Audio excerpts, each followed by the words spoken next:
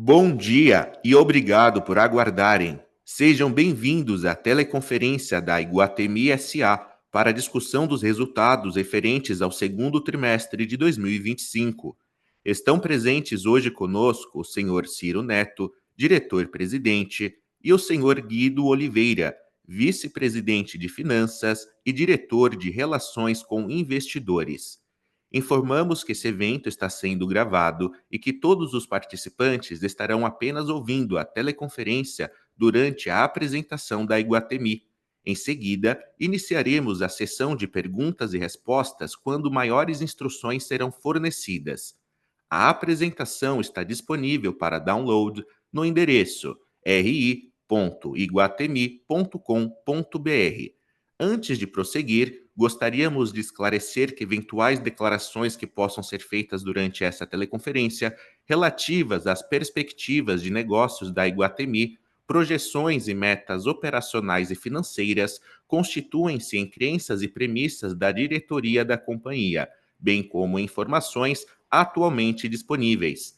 Considerações futuras não são garantias de desempenho. Elas envolvem riscos, incertezas e premissas, pois se referem a eventos futuros e, portanto, dependem de circunstâncias que podem ou não ocorrer. Investidores devem compreender que condições econômicas gerais, condições da indústria e outros fatores operacionais podem afetar o desempenho futuro da Iguatemi e podem conduzir a resultados que diferem materialmente daqueles expressos em tais considerações futuras. Agora, gostaríamos de passar a palavra ao senhor Ciro Neto, que iniciará a apresentação de hoje. Por favor, senhor Ciro, pode prosseguir. Muito bom dia, é um prazer mais uma vez estar aqui com vocês e recebê-los aí na nossa teleconferência para que a gente possa apresentar aqui os resultados do segundo trimestre de 2025. Acho que vale destacar, né, que por mais um período a gente segue com uma ótima performance, reportando crescimento em nossos principais indicadores operacionais e financeiros.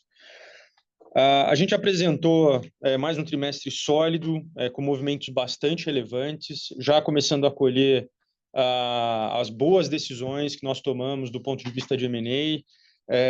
Já no nosso resultado, nós encerramos o segundo trimestre de 2025 com vendas totais de 6,3 bilhões, um crescimento de 27,4% em relação ao segundo TRI de 2024. Parte desse crescimento foi pelas movimentações estratégicas do nosso portfólio, como eu falei, né, a inclusão do Pátio Paulista e do Rio Sul, refletindo o crescimento de vendas totais por metro quadrado de 15,9% e por um aumento de 14,4% nas vendas das mesmas áreas. Então, eu acho que aqui, claramente, a gente mostra o quanto a chegada desses empreendimentos no nosso portfólio traz uma robustez ainda maior, uma diferenciação, né, nos principais mercados, né, do Brasil, São Paulo e Rio de Janeiro, o que nos diz que a gente continuará muito fortemente nos beneficiando da entrada desses empreendimentos.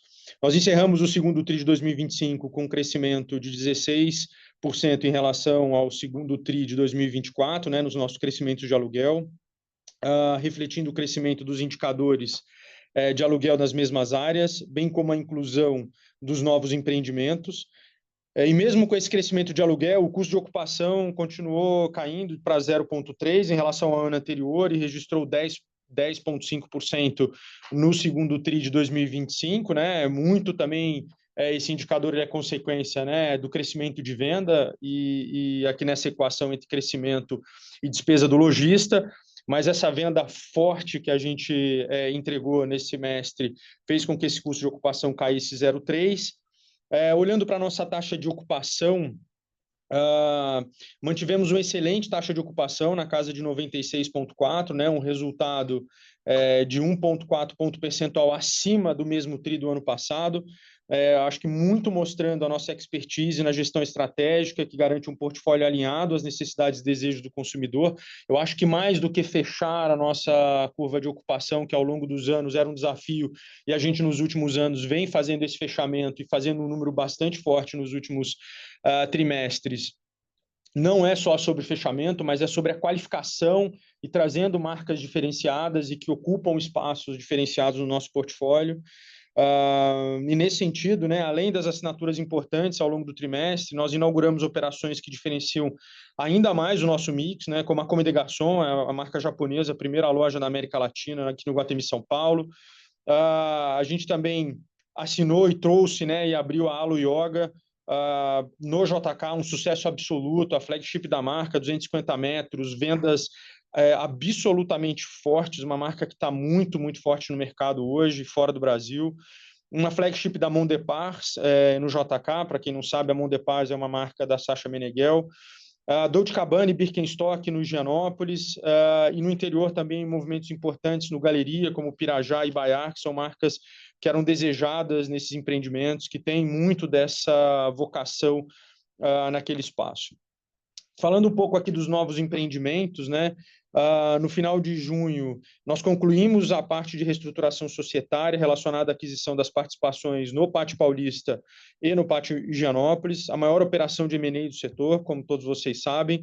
E como parte da transação, nós liquidamos os CRIs no valor de 795 milhões, referentes à parcela à vista de 70% do valor total, e, em contrapartida, a transferência das participações detidas por investidores nesses ativos. Além disso, ontem, nós divulgamos a conclusão da venda de 10% da participação no Shopping Pátio Paulista para a FUNCEF, valor total de 244,5 milhões, sendo 70% desse valor à vista. E não podemos deixar também de mencionar, né, que iniciamos a administração do Pátio Paulista, o que é uma felicidade para a gente, trazer o Pátio Paulista para dentro do nosso portfólio, em 1º de julho. A gente está bastante empolgado com esse movimento e temos certeza de que proporcionaremos muitas experiências inesquecíveis para os nossos clientes. Lembrando que o Pátio Paulista é um empreendimento que está cravado no meio de São Paulo, nos bairros de maior adensamento e renda de São Paulo, e o que está trazendo para a gente resultados importantes e continuará trazendo resultados ao longo dos próximos trimestres.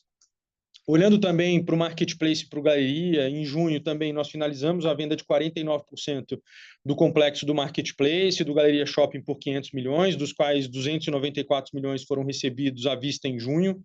A operação inclui as permutas dos projetos de multifamily e comercial integrados aos 2 complexos e foi concluída com cap rate médio de 9%. Acho que esse movimento ele reforça a nossa estratégia de reciclagem de portfólio, né, e viabiliza o início do projeto de retrofit do Marketplace, que será conduzido em 4 fases e trará uma proposta contemporânea de uso misto para esse ativo. Eu acho que vale reforçar um pouco aqui dos pontos principais, né? Nossas políticas de ESG, a gente reforça o nosso compromisso contínuo com a agenda de ESG ao lançar a 3ª edição do nosso relatório de sustentabilidade nesse 2º trimestre.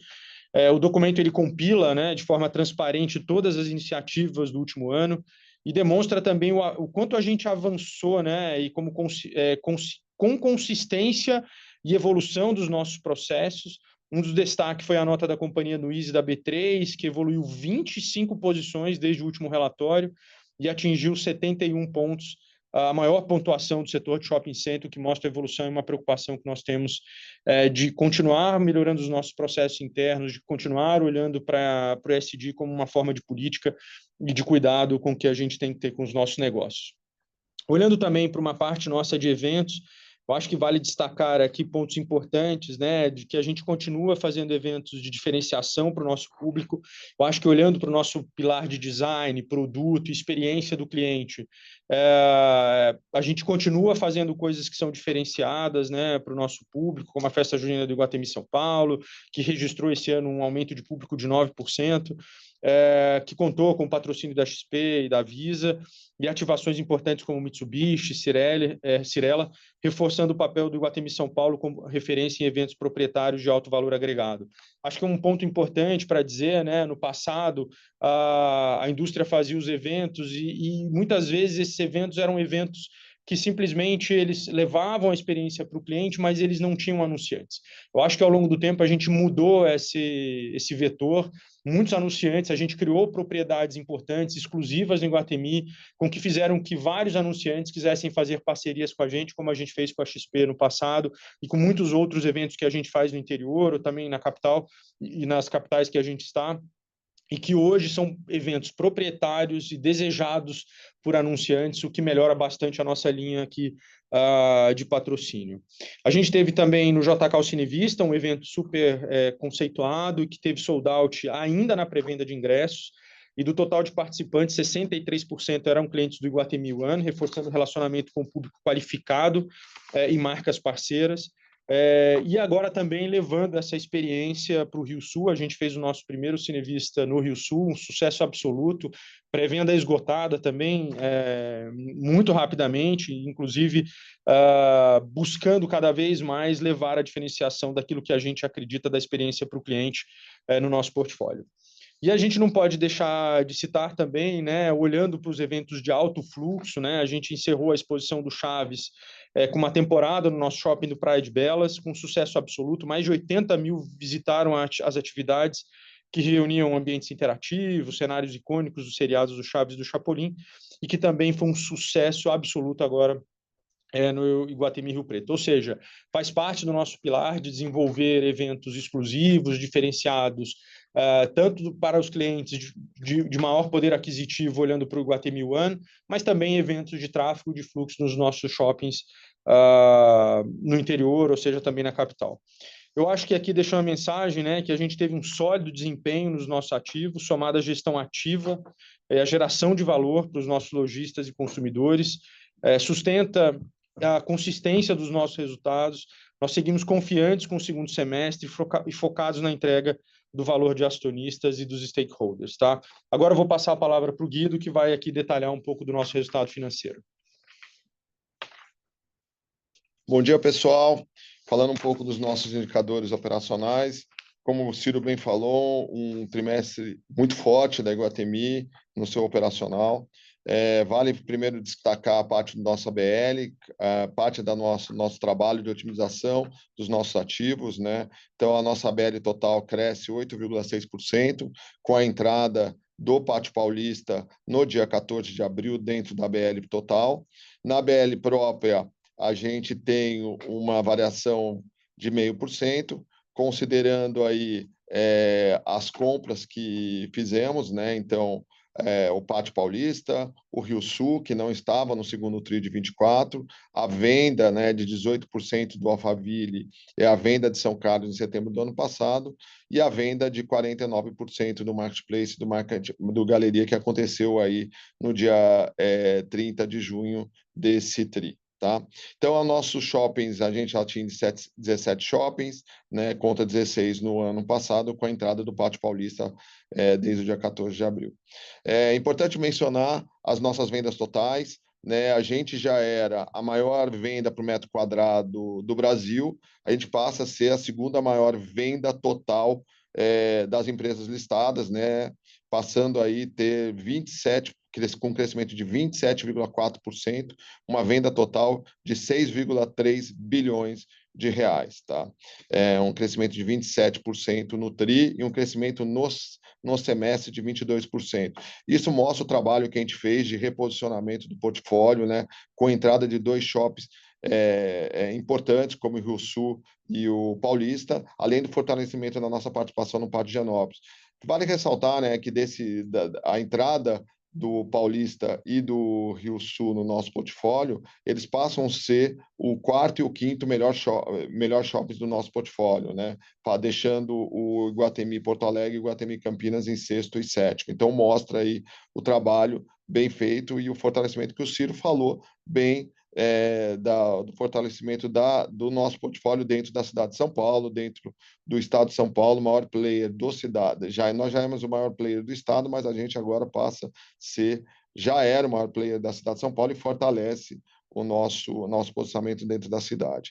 Quando a gente olha o nosso same-store sale, um same-store sale de 12%, um same-store sale de 14%, só reafirmando sobre um IPCA de 5%, um crescimento de 9% sobre o IPCA na venda da mesma área, né? Então, muito forte nesse segundo TRI de 25, né? Quando a gente olha o nosso same-store rent, aí 10,4%, com um ganho real sobre o IGPM de 5,4%, ou seja, a gente volta a ter um ganho real acima de 5%, um número que orbitou aí no quarto, no terceiro e no segundo TRI do ano passado, caiu um pouco no primeiro TRI de 25% por conta da sazonalidade, um TRI menos forte, mas a gente volta aí com um ganho real de 5%, né?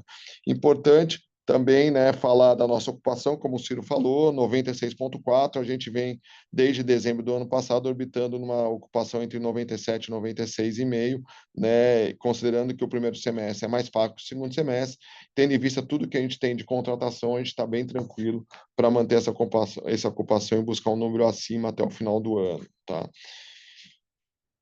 E por último, o crescimento dos nossos indicadores por metro quadrado, que mostra aí acima de 15% em todos os indicadores, tanto na venda, no aluguel por metro quadrado shopping, no aluguel por metro quadrado total, que mostra aí o reposicionamento de carteira e o que vai começar a refletir nos próximos trimestres, tá? Passando para o slide seguinte, né, quando a gente fala do nosso resultado financeiro, aqui o nosso resultado financeiro, eu vou para o resultado ajustado, né, que a gente tira a linearização e o swap de ações que foi liquidado no começo de abril.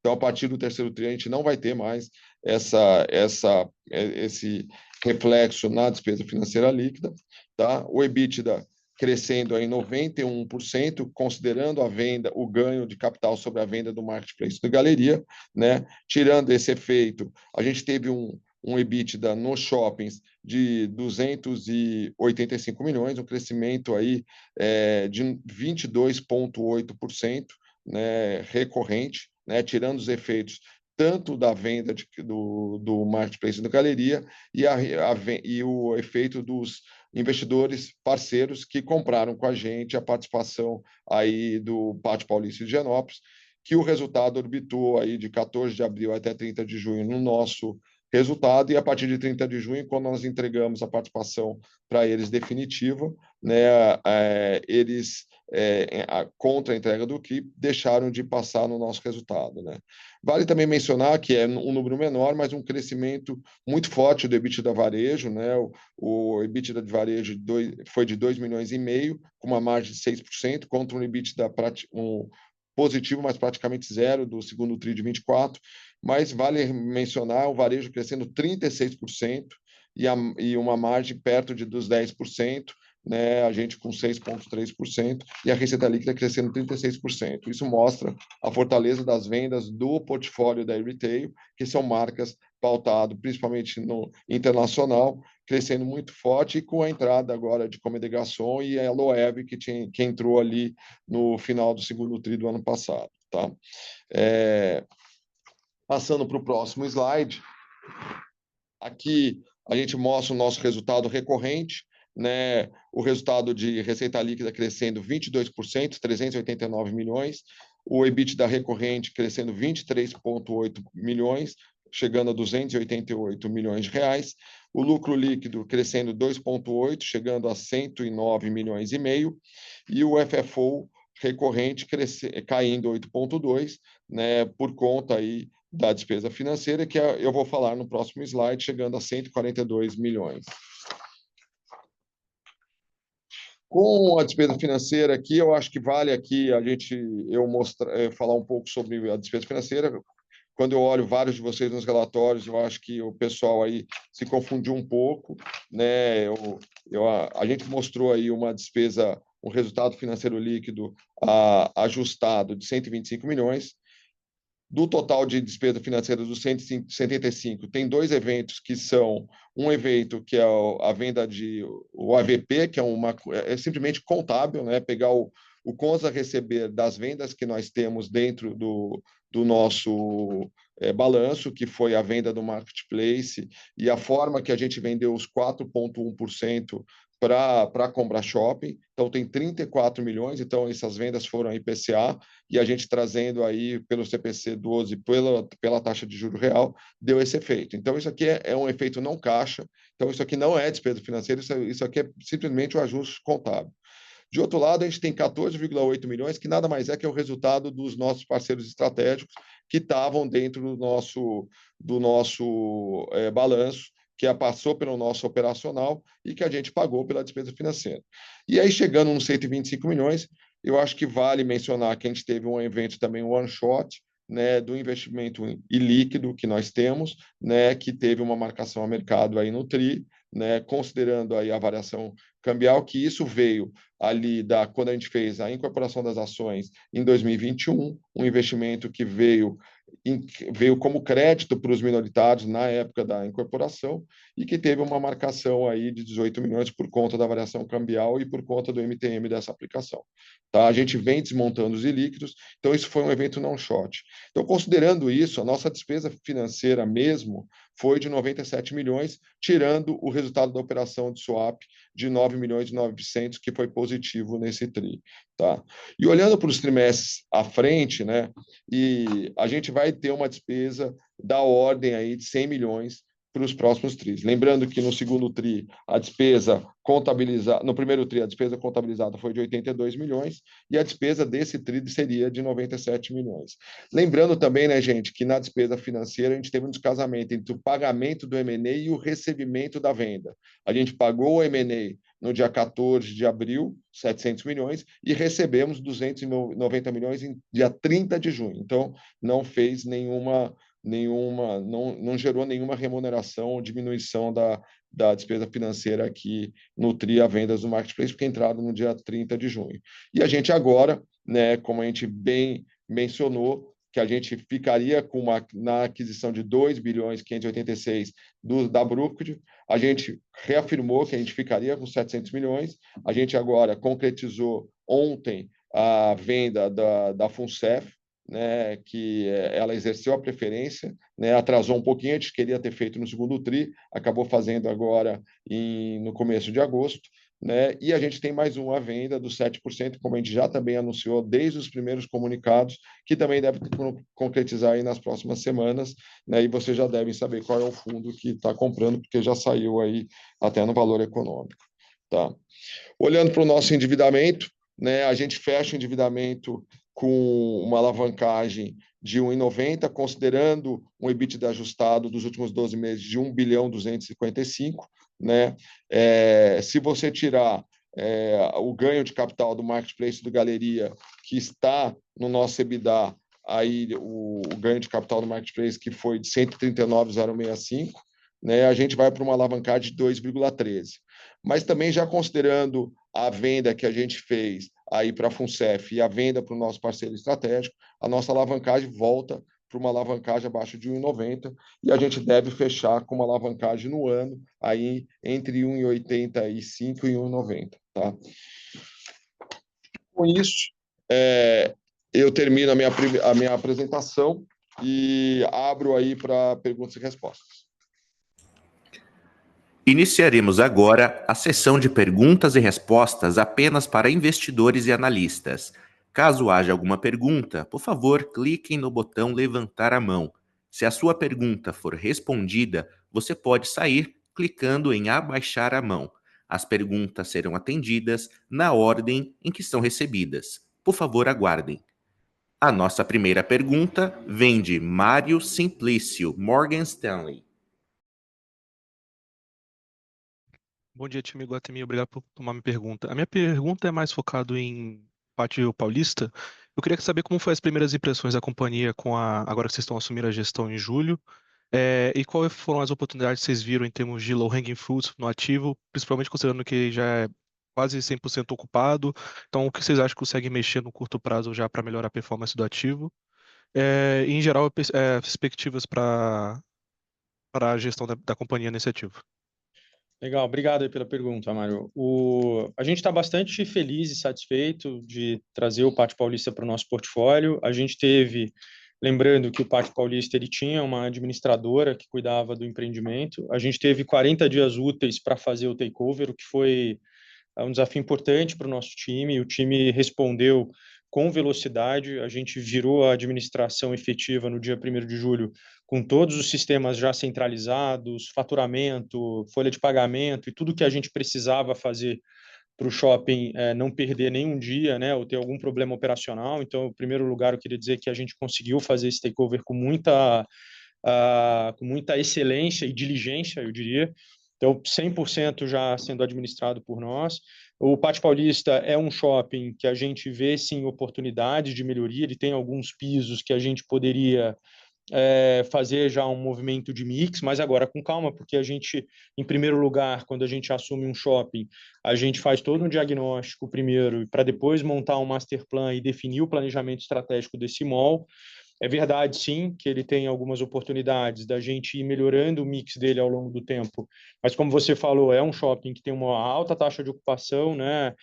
É um shopping que tem um fluxo bastante forte, mas a gente vai ter uma clareza mais específica quando esse master plan, esse planejamento estratégico estiver desenhado aí nos próximos meses, mas já olhando que tem áreas que a gente poderia ocupar com uma diferenciação do portfólio para aquela região nesse primeiro momento, tá bom?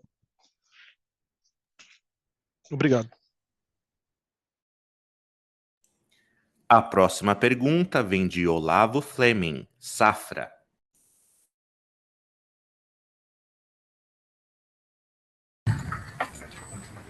Bom dia, Ciro. Bom dia, Guido. Obrigado pelo espaço. Eu tenho duas aqui do nosso lado. A primeira seria em relação ao Rio Sul.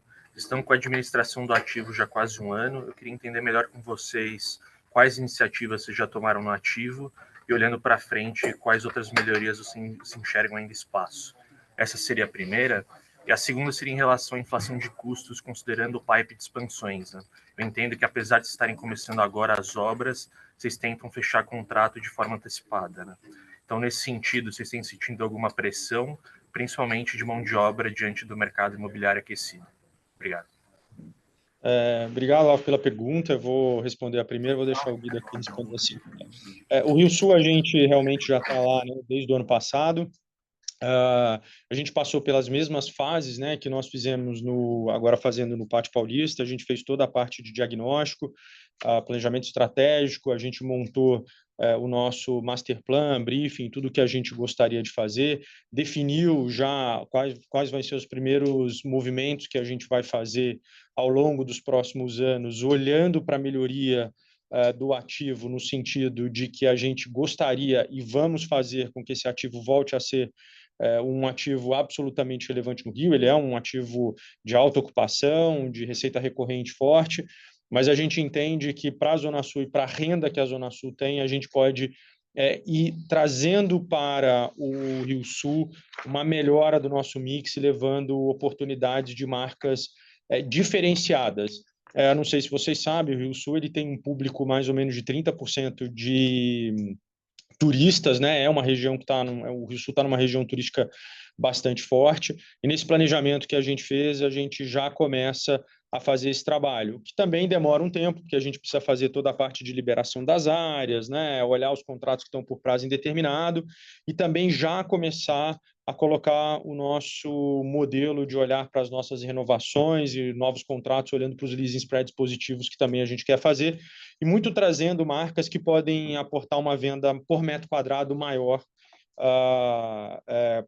assim como a gente olha para o nosso portfólio como um todo. Hoje o Rio Sul está integrado aqui também já com a gente, com os movimentos que a gente vem fazendo um pouco diferente do Paulista, porque lá havia uma empresa dos acionistas que cuidavam, né, desse shopping, olhando um pouco para o back-office, mas também no pace de fazer toda a parte de centralização e também de colocar todos os nossos sistemas na operação lá no Rio Sul. Então, a gente também está bastante animado, eu acho que o Rio Sul tem bastante oportunidade. Eu sempre falo, né, se você olhar o NOI dos shoppings, olhando para o Higienópolis, para o Paulista e para o Rio Sul, praticamente eles têm o mesmo NOI com metragens diferentes, o que nos deixa bastante confortáveis para fazer o mesmo trabalho que a gente fez no Higienópolis, fazer no Paulista e no Rio Sul, porque a gente tem uma oportunidade de crescimento por metro quadrado bastante forte, e isso vai ficar muito evidenciado aí nos próximos trimestres. Olavo, bom dia, tudo bem? Em relação à inflação de custos, né, na verdade, a inflação A gente aqui a gente é bem diligente na parte de obras, tá? A gente hoje, desde o início do projeto, quando a gente começa a pensar no projeto aqui de expansão, a gente está falando aqui do projeto de expansão de Brasília, do projeto de expansão do rooftop aqui do Iguatemi São Paulo e do Marketplace, né, que é o retrofit. A gente começou com um projeto lá atrás, né, olhando ali em 2023, e a gente começa com um orçamento paramétrico dentro de casa para rodar o primeiro business plan, para definir o go ou não go, junto com todos os inputs das outras áreas, tabela comercial e tal. A gente tem um processo aqui dentro que chama um processo COIN, sobre todo o direcionamento das obras.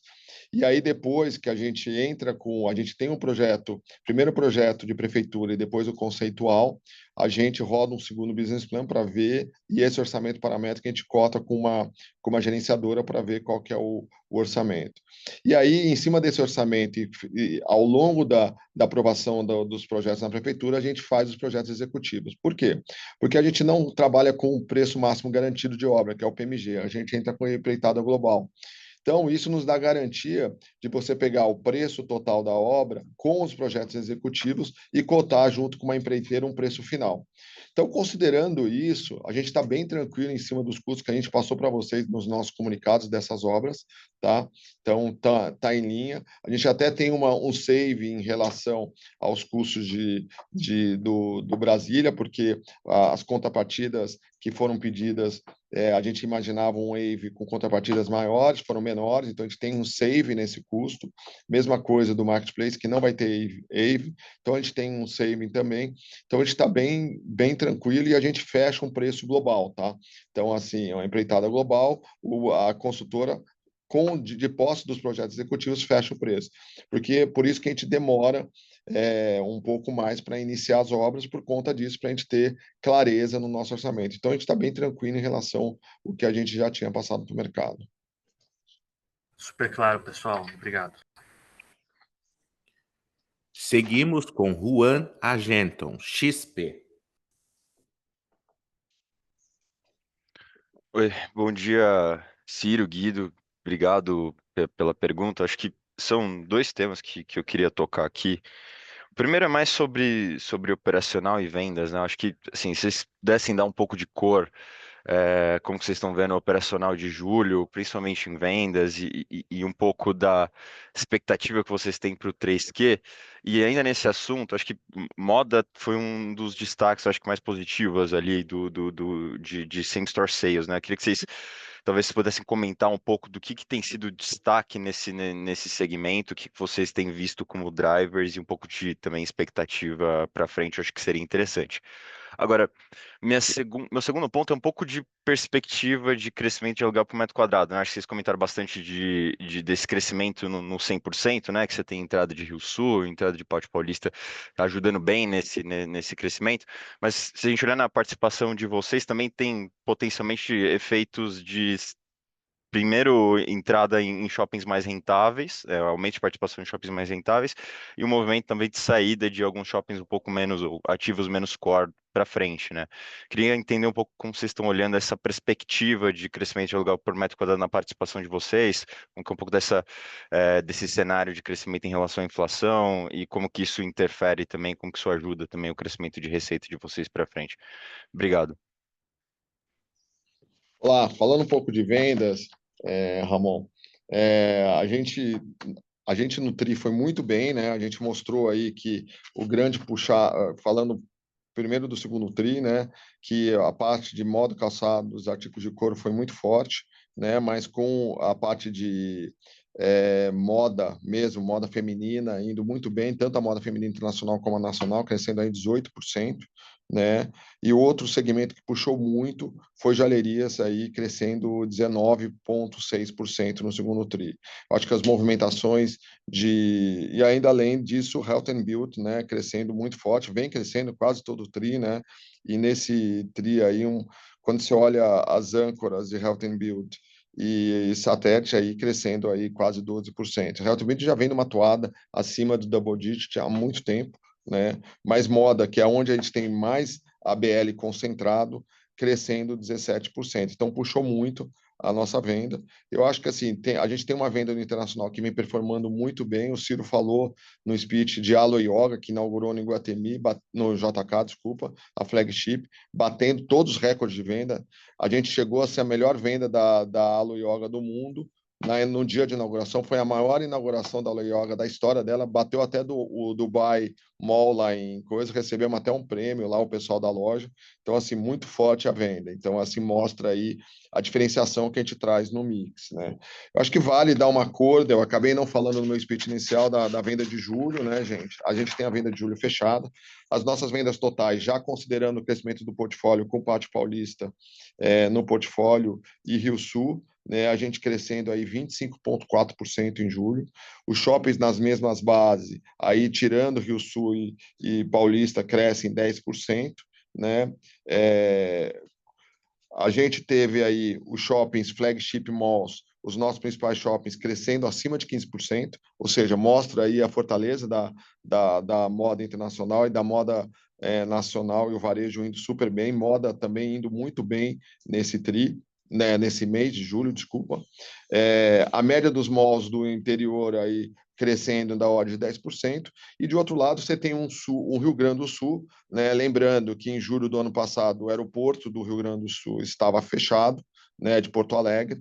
Então, assim, as pessoas consumiram em junho, em julho, agosto, com compras, vai ser compras muito fortes para a gente, porque foram natais seguidos, né? A gente já tinha falado isso da venda do Iguatemi Porto Alegre ano passado, e do Praia de Belas em junho, que depois de uma demanda reprimida foi uma venda de Natal, tá? E do nosso outlet Novo Hamburgo, em julho não foi diferente, né? Porque as pessoas não viajaram porque o aeroporto praticamente não, o aeroporto estava fechado, voltou só em setembro.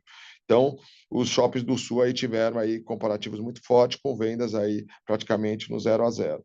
Então, assim, a venda foi forte. Eu acho que o destaque do mês de julho, a gente teve aí Health and Beauty crescendo 13%, né, moda crescendo 10% de novo, né, com a parte de artigos de couro puxando, né, Food and Beverage crescendo 9%, né, e joalherias aí crescendo da ordem de 7%, tá?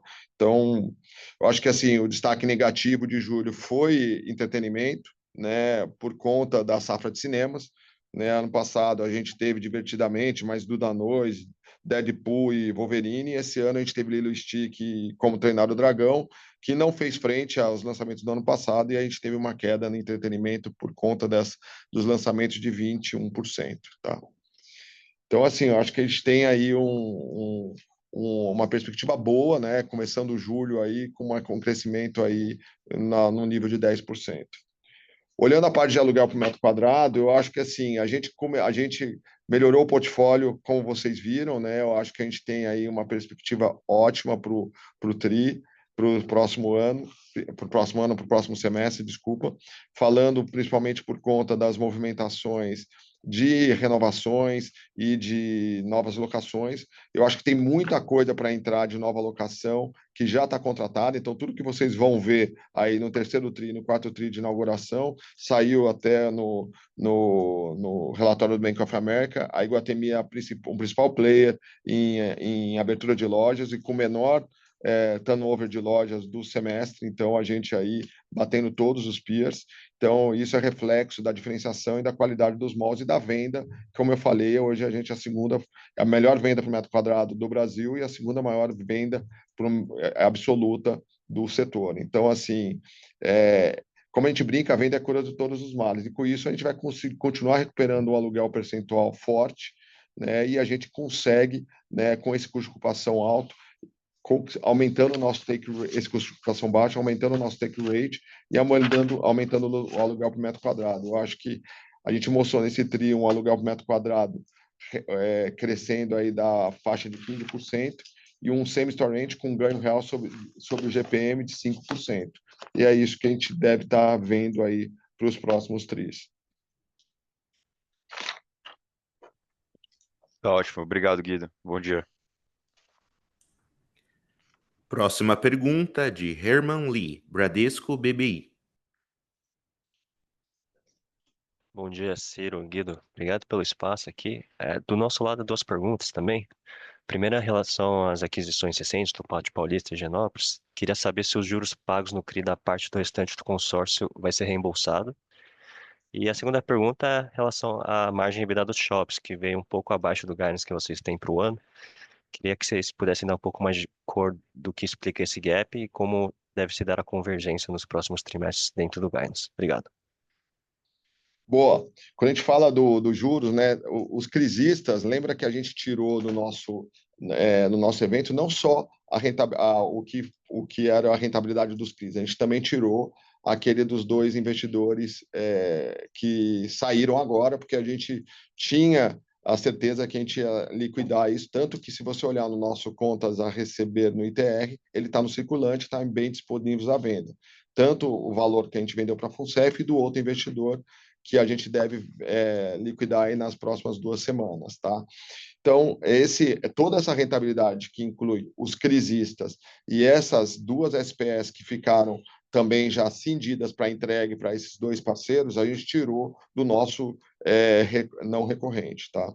E quando a gente olha o custo de carrego dessas 2 operações, tá?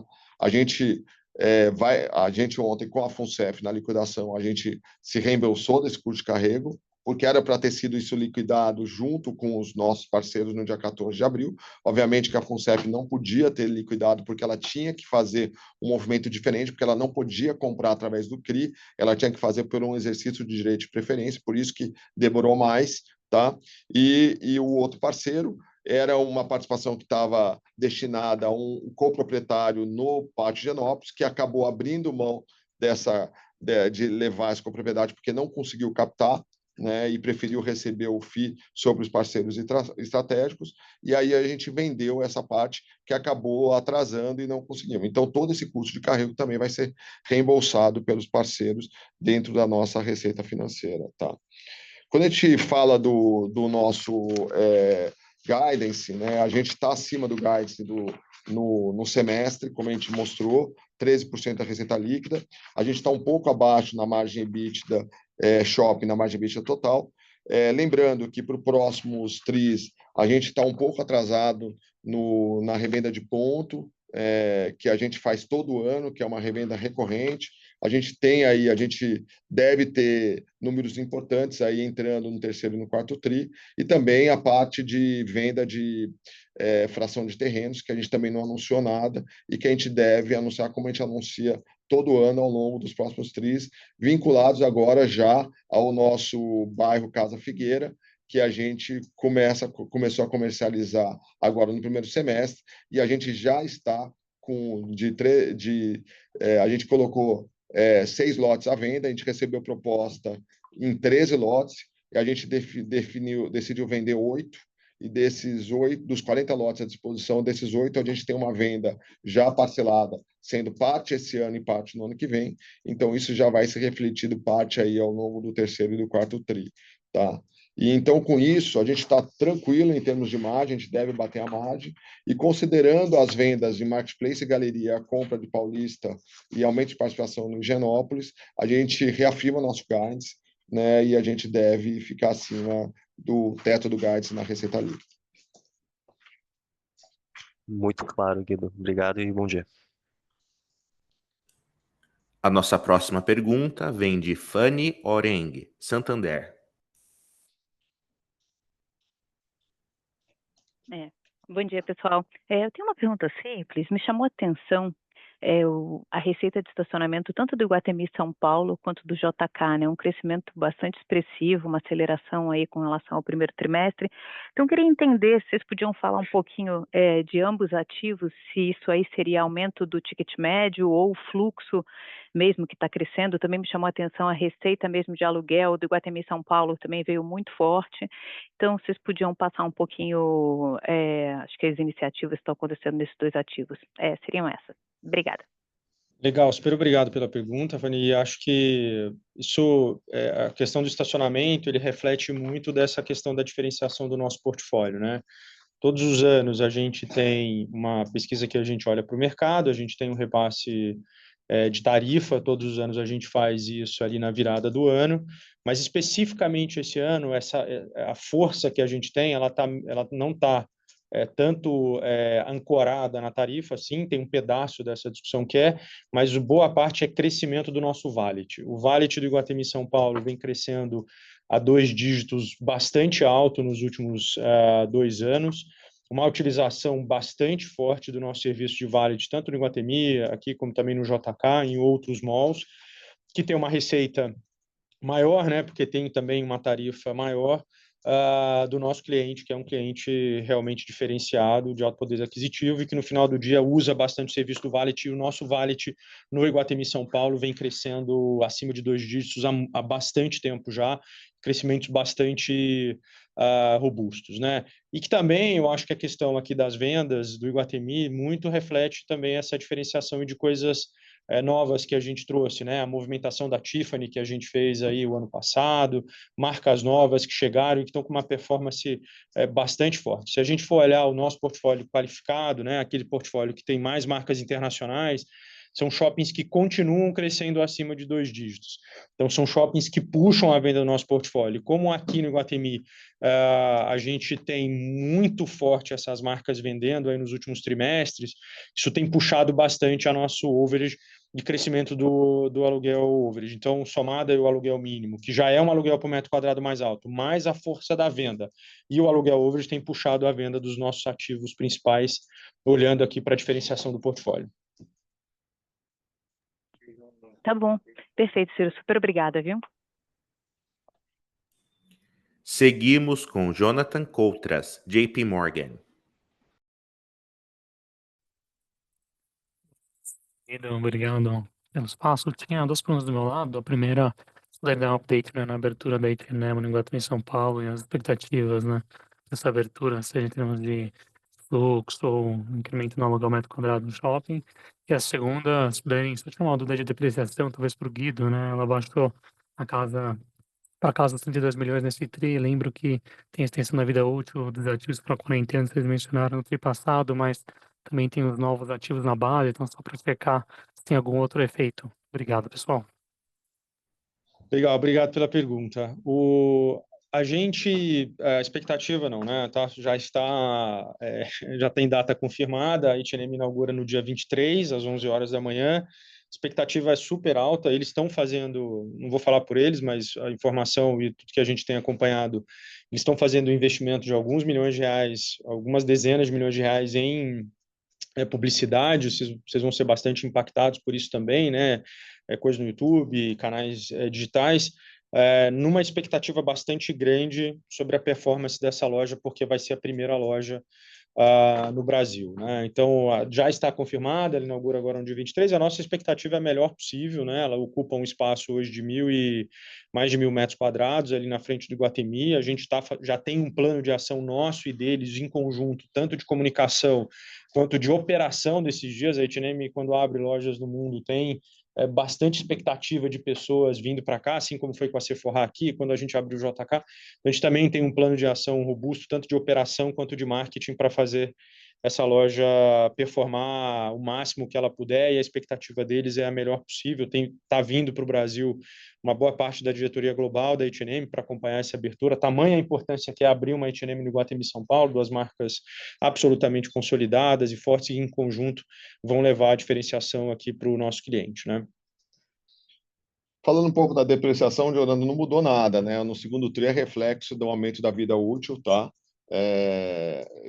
Que a gente fez no primeiro TRI. Lembrando que a gente tinha uma depreciação acelerada quando a gente comparada com todos os peers, né? A gente fez um laudo em relação à depreciação, tendo em vista que a gente tem shopping aí que vai fazer 60 anos de vida, que é o Iguatemi São Paulo, né? Shoppings da década de 80, então não fazia nenhum sentido você ter uma depreciação acelerada. Então a gente olhou e fizemos um laudo. O laudo ficou até acima do que é o nosso laudo que a gente fez na contabilidade, tá? Então, a gente reviu a depreciação a partir do primeiro trimestre, tá? Então, assim, o segundo TRI tem, obviamente, a entrada dos ativos, né? Mas também o reflexo é todo a queda da depreciação é reflexo da vida útil, tá? Não, perfeito. Obrigado, Guido, Ciro. A próxima pergunta vem de Kiefer Kennedy, Citi. Tudo bem, pessoal? Bom dia. Obrigado pela oportunidade de fazer uma pergunta aqui, no qual são duas. Vocês explicaram ali os pontos específicos das aquisições, só queria entender da ótica aqui do CAPEX de aquisição reportado, né? Um bi 50, queria entender um pouco dessa composição, que representa aqui o stake Iguatemi, enfim, de outros parceiros. Esse valor foi um pouco acima do que eu imaginava, mas entendo que tenha essa composição das aquisições. E a outra ainda no tema dos pátios, né, o ajuste ali do parceiros pátios, né, que foi quase 18 milhões de EBITDA, com um pouco mais de 18 de top line. Eu queria entender um pouco mais dessa dinâmica de rentabilidade aqui dos pátios, o que essa margem EBITDA eventualmente implica, o que não tá, eventualmente não está passando aqui dentro. Ela é, obviamente, acima da companhia, do restante da companhia, e queria entender um pouco dessa rentabilidade à frente para o que fica no stake dentro da Iguatemi, né? São essas duas. Obrigado. Boa pergunta.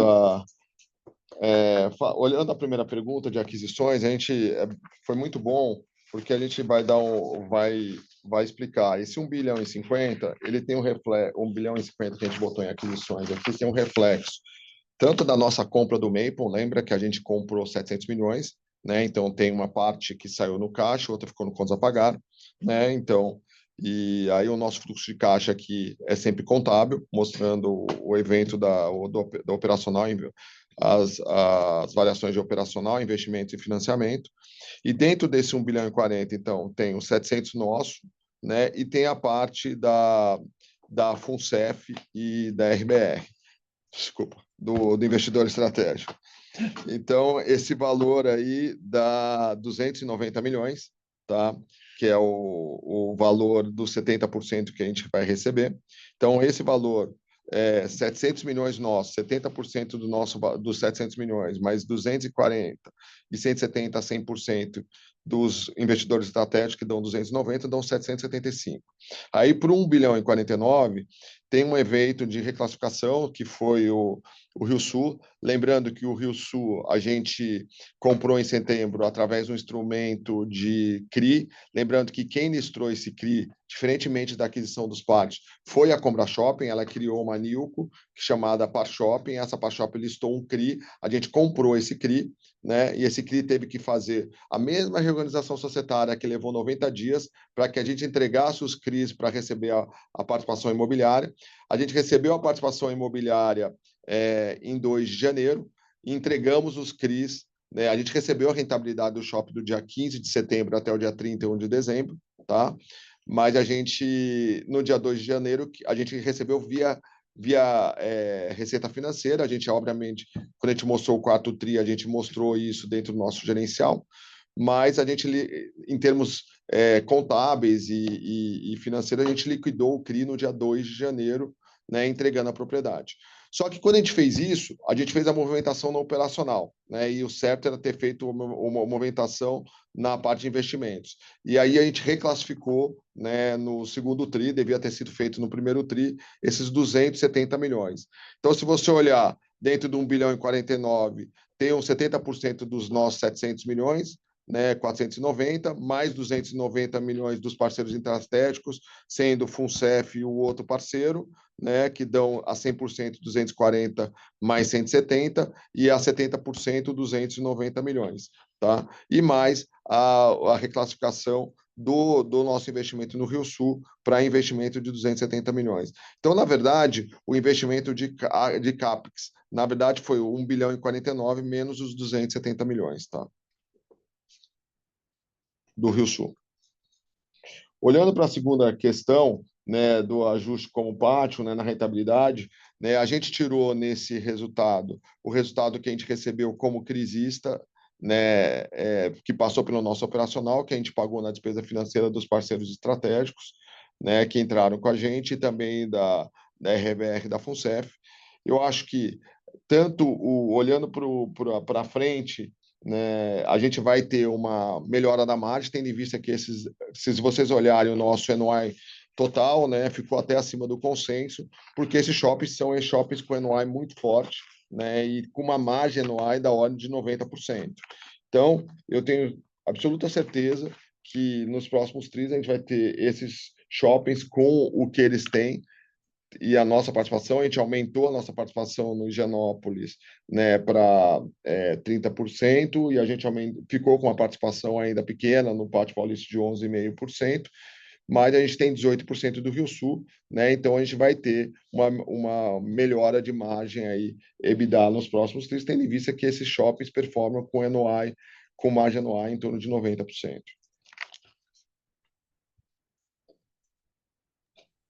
Tá ótimo, muito obrigado. Seguimos com Tainan Costa e UBS.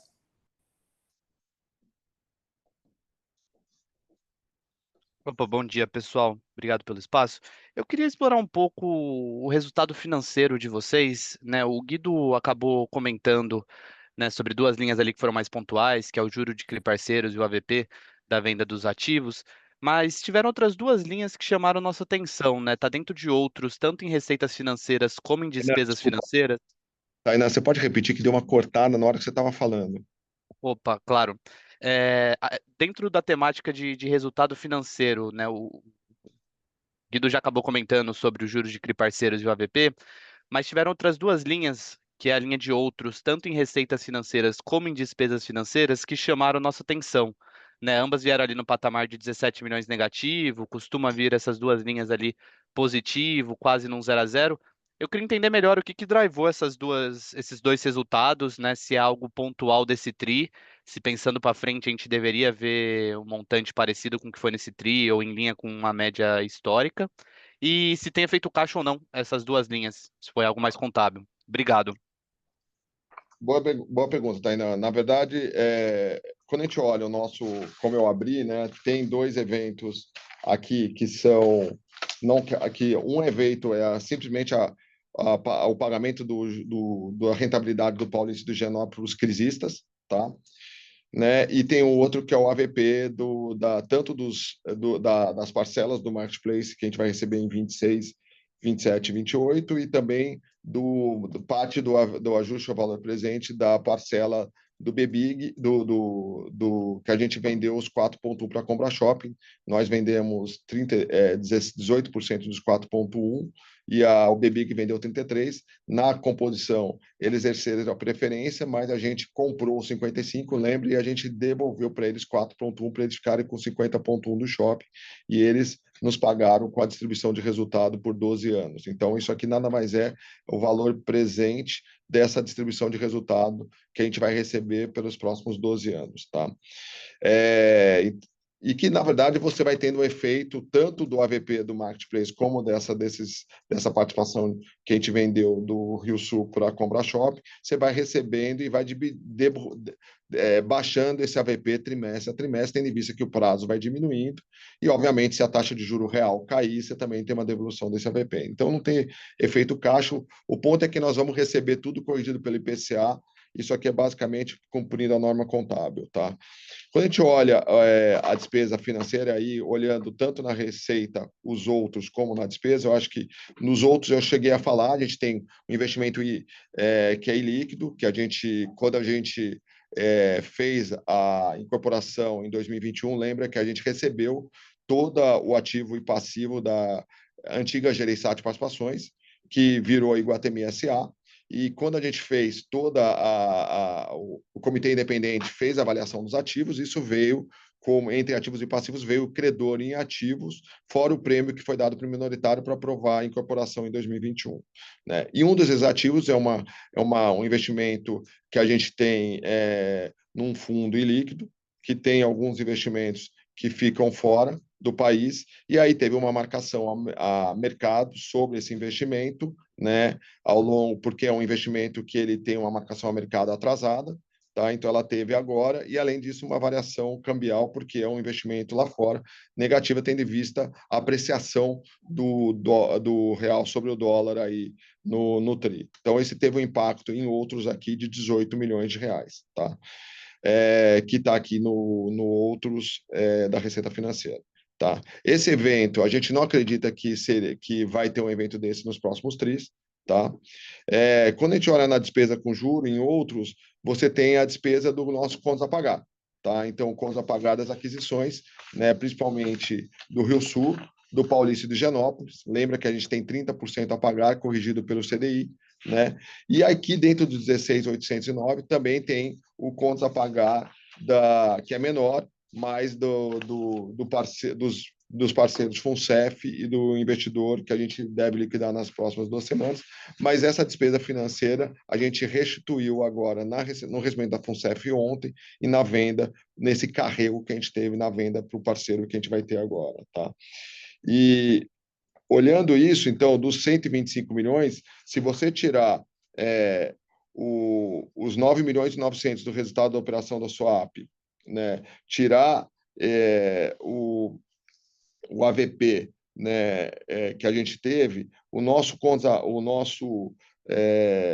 despesa financeira recorrente aí não seriam 125, seriam da ordem de 103 milhões.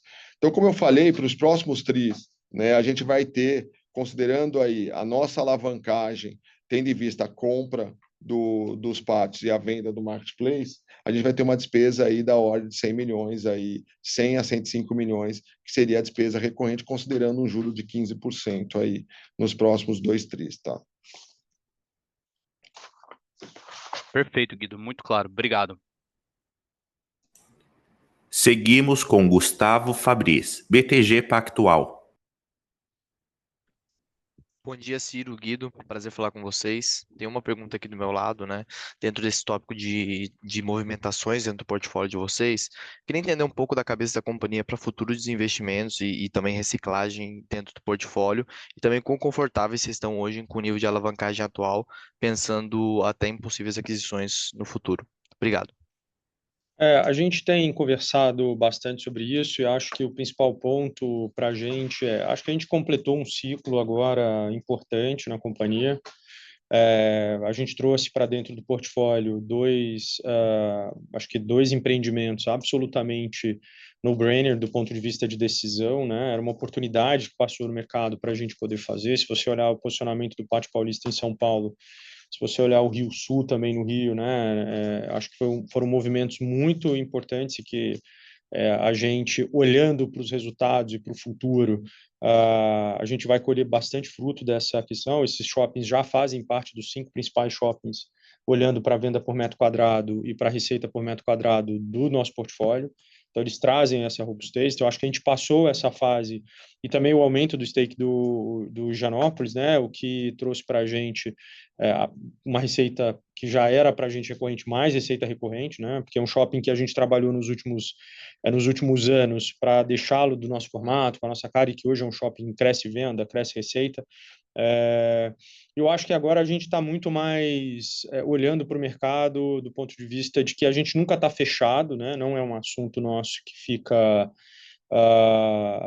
vamos dizer assim, debaixo do tapete. A gente está sempre conversando sobre ele, porque no final do dia a gente tem que ficar atento às oportunidades que aparecem, mas não com o apetite que a gente teve olhando para essas aquisições que a gente fez agora. Então é muito mais olhando se se aparecer alguma oportunidade muito única para a gente avaliar. Não estou dizendo que a gente faria, mas para a gente poder avaliar. Então hoje a gente tem algumas entregas para fazer aí, né, nos próximos anos, como a expansão de Brasília, o retrofit do Marketplace, o próprio término do desenvolvimento do bairro Figueira. Então, tem coisas importantes dentro de casa para fazer. O nosso foco agora está na consolidação do Pátio Paulista e do Rio Sul como trabalho, planejamento e entrega de curto, médio e longo prazo. A gente sempre vai olhar, mas com uma expectativa muito mais de ter uma coisa muito, muito diferenciada para a gente poder fazer. Perfeito, muito obrigado. Seguimos com Jorel Guilotti, Goldman Sachs.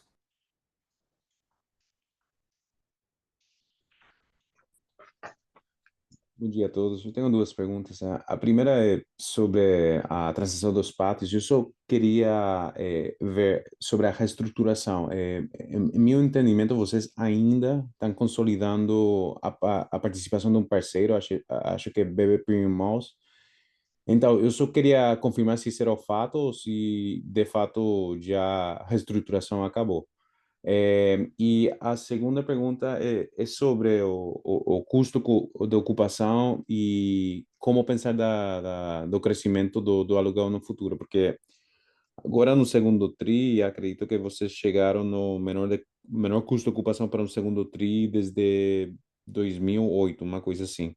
Então, eu queria entender, em sua visão, como você vê esse custo de ocupação indo para frente. É dizer, você agora tem um momento onde pode subir o aluguel de uma maneira material, por meio de leasing spreads, e se esse é o caso, quando a gente poderia começar a ver isso de fato e que tipo de leasing spreads a gente deveria esperar? Seria isso. Obrigado. Pô, Joel, só te explicar, né? Na verdade, na transição dos pátios aí, a gente classificou no segundo TRI e a gente mostrou todo o resultado que passou pelo nosso operacional dos crisistas e dos parceiros, que a FUNCEF e o outro parceiro que a gente está vendendo agora, né? Lembrando que o BBIG foi um crisista, tá? Então, ele liquidou no dia 30 de setembro, não, no dia 30 de junho, desculpa. Só que tem um CRI do BBIG, que é um CRI, uma parte dos CRIs, a gente fez algumas séries, uma parte do CRI, ele era liquidado pela participação, e outra parte de um CRI do BBIG era um CRI financeiro, tá? Só que esse CRI financeiro também, né, ele tem uma obrigação de até 30 de setembro liquidar com a entrega na nossa participação imobiliária. Então, o que aconteceu? Esse resultado do BBIG, né, a gente, no dia 30 de junho, a gente não liquidou a participação, tá? Porque a gente continuou com esse CRI financeiro em aberto, né? Ele deve liquidar agora porque ele vai fazer um CRI sobre os pátios e ele precisa dessa participação. Então, deve estar liquidando agora ainda no mês de agosto, tá? Então, assim, o que transitou no nosso resultado ainda, você vê, se você olhar na nota explicativa, né, do contas a receber e do contas a pagar, você vai ver que esse CRI BBIG financeiro tem lá um ativo de 240 e um passivo de 240, né? Então, é zero. Por que não tem o contas a pagar? Porque o BBIG ele apresentou para a FUNCEF não, para a Brookfield, as fianças na venda. Então, o contas a pagar ficou todo lá no fundo. Então, a gente não contabiliza esse contas a pagar. Diferente de FUNCEF e do parceiro que ainda resta, que a gente carregou essa participação e agora entregou a participação e o contas a pagar para eles na liquidação, e a mesma coisa com o parceiro que vai comprar os 7% agora, tá? Esse do BBIG, então, a gente liquida agora em agosto. Então, sobre o resultado, a gente vai mostrar isso em julho e agosto, ainda transitou no nosso resultado. Esse resultado da FUNCEF agora só no mês de julho, né? Porque eles liquidaram aqui agora nos primeiros dias de agosto, né? E desse outro parceiro, 7% do Pátio de Higienópolis, que vai transitar no nosso resultado aí até a liquidação aqui na segunda semana entre a segunda e a terceira semana de agosto, tá? E o BBIG, esse pequeno resultado também por conta desse CRI financeiro. Mas é bom lembrar que quando a gente fizer a liquidação, como a gente fez com a FUNCEF, os juros de carrego disso aqui, tendo que o do BBIG não tem juros de carrego, porque o contas a pagar ficou com ele, a gente está sendo ressarcido e a gente também está fazendo encontro de contas entre o que a gente recebeu e que eram deles, para que a gente possa ter tudo netado, como se esse resultado deles fosse entregue desde o dia 14. Então, todo o nosso carry do CDI, que é o custo nosso de carregamento, versus o que eles ganharam. Então, a gente liquida tudo isso no encontro de contas agora, no pagamento. Então, você não vai ver esse efeito no terceiro TRI. Considerando a questão do custo de ocupação, né, a gente viu o custo de ocupação caindo. O importante é que a gente continua com o custo dentro do condomínio extremamente baixo e o nosso take rate crescendo, né? Então, que é o take rate do aluguel sobre as vendas, né? Então, a gente preservou o nosso take rate aí. Então, a gente vem repassando e ganhando aluguel por metro quadrado, né? E crescendo o aluguel, né? Como você viu, o semi-store rent, semi-rare rent crescendo aí 10%.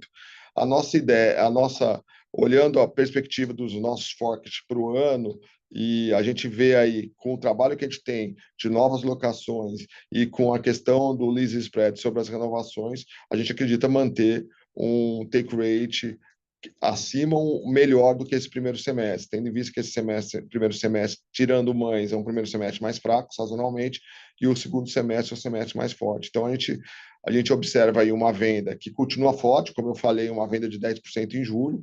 Então, se a gente conseguir manter o pace do same-store rent, a gente deve estabilizar o custo de ocupação, mas se essa venda continua acima de 10% e o rent um pouco ali, você vai ver uma queda do custo de ocupação, mas é importante que a gente continue repassando e crescendo o aluguel por metro quadrado. Então, eu acho que a gente deve estar estabilizando o custo de ocupação nesse patamar, tá? Eu acho que é importante destacar, né, sempre, porque as internacionais elas têm um peso nesse custo de ocupação, porque como elas têm uma performance de venda muito alta, quando você olha o aluguel absoluto, elas pagam muito acima da média do nosso portfólio. E é por isso que quando você olha os nossos shoppings dominantes, fortes, que têm muito dessas marcas, os aluguéis médios dessas marcas, eles são o aluguel mínimo mais o aluguel overage que é pago, ele melhora muito o nosso aluguel médio por metro quadrado. Mas como eles pagam acima do break-even, eles estão sempre ali no aluguel percentual. Isso acaba segurando um pouco o nosso take rate para subir. De qualquer maneira, você tem o restante do portfólio, que hoje a gente está com um setup muito mais... A gente trabalhou nisso aí nos últimos meses, o Guido, o time, todo mundo, para que a gente tivesse um setup olhando loja a loja, análise de contrato a contrato, olhando as perspectivas, laudos periciais, para que a gente possa, ao longo do tempo, buscar essa diferença. A venda sempre está na frente, né, da capacidade que a gente tem de buscar essa diferença, mas hoje a gente criou, inclusive, metodologias e análises, olhando aqui um pouco dos nossos indicadores e como a gente usa um pouco aqui da nossa inteligência de analytics, para também poder fazer uma previsão dessa venda ao longo do tempo e poder não só estar olhando para o passado desse lojista, mas olhando para o potencial de venda que ele tem, a capacidade que a gente tem de negociar com ele, buscando leasing spreads positivos. A gente já fez isso em novas locações ao longo dos últimos 12 meses, buscando um número muito diferente do que a gente vinha fazendo aí no passado, e olhando para os contratos a renovar, nesse setup de olhando a contrato por contrato, absolutamente centralizado hoje, passando diretriz absoluta para os nossos times que negociam, para que a gente possa buscar esse take rate e tirar essa diferença e buscar esse aluguel.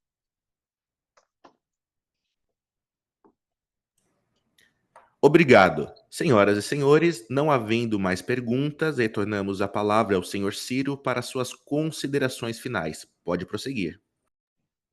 Queria agradecer, né, a presença de todo mundo. Eu acho que é um prazer aqui poder estar com você de novo. Eu acho que destaco, né, o quanto a gente teve uma gestão forte. Eu acho que a gente conseguiu consolidar aqui todas as informações que a gente precisava. A felicidade que a gente está de trazer esses novos ativos para o nosso portfólio. Acho que a gente tem uma gestão bastante ativa, geração de valor para os nossos lojistas, consumidores, para os nossos stakeholders. A gente segue muito confiante com o segundo semestre, a gente segue focado na entrega de valor para os nossos acionistas, para todas as pessoas que têm uma relação com a gente, os nossos stakeholders. Eu acho e acredito que a gente ainda terá um segundo semestre ainda melhor do que a gente teve até aqui. Então, muito obrigado aí pela presença de todos e contem com a gente. Concluímos assim a teleconferência da Iguatemi. Obrigado pela participação. Tenham um bom dia.